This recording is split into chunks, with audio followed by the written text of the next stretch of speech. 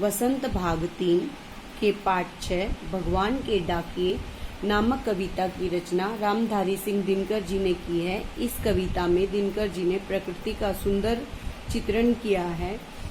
प्रकृति देश और लोगों में कोई भेदभाव नहीं रखती। प्रकृति की वस्तुएं हमें बिना किसी भेदभाव के रहने का संदेश देती हैं। तो आइए पढ़ते हैं कविता। पक्षी और बादल ये भगवान के डाकिए हैं जो एक महादेश से दूसरे महादेश को जाते हैं। हम तो समझ नहीं पाते हैं मगर उनकी लाई चिट्ठियां पेड़ पौधे पानी और पहाड़ बाँचते हैं माने पढ़ते हैं। इन पंक्तियों में कवि ये कहना चाहते हैं कि आकाश में उड़ते पक्षी और बादल भगवान के डाकिए हैं। वे हम सभी को किसी विशेष भौगोलिक सीमा में न बंधे रहने का संदेश देते हैं। कवि उदाहरण देते हुए कहते हैं कि ये पक्षी और बादल किसी देश की सीमा में बंद कर नहीं रहते हैं। ये एक देश की सीमा से दूसरे देश की सीमा को लांघकर बिना किसी भेदभाव या भय के प्रवेश कर जाते हैं, परंतु हम उनके द्वारा लाए गए संदेश को ग्रहण नहीं कर पाते।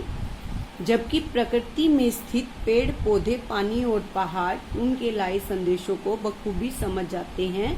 पक्षी इन सभी पर निर्भय होकर उठते हैं, बैठते हैं और बादल बरसते हैं। पक्षी और बादलों से ये सभी नवजीवन पाते हैं। बच्चों, दूसरा पैराग्राफ देखिए।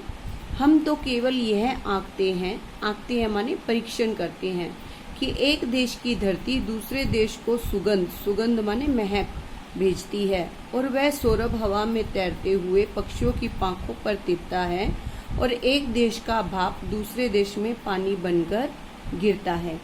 इन पंक्तियों में कवि कहते हैं कि हम पक्षी तथा बादलों की भाषा को समझ नहीं पाते हैं, केवल अनुमान ही लगा सकते हैं कि एक देश की धरती हवा के माध्यम से दूसरे देश की धरती को सुगंध भेजती है।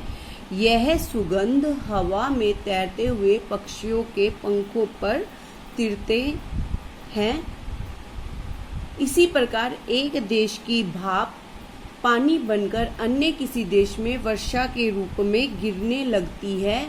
अर्थात प्रकृति का यह चक्र लगातार इसी प्रकार अपनी गति से चलता रहता है। तात्पर्य यह है कि ये प्राकृतिक वस्तुएं हमें मिलजुल कर रहने का संदेश देती हैं। धन्यवाद।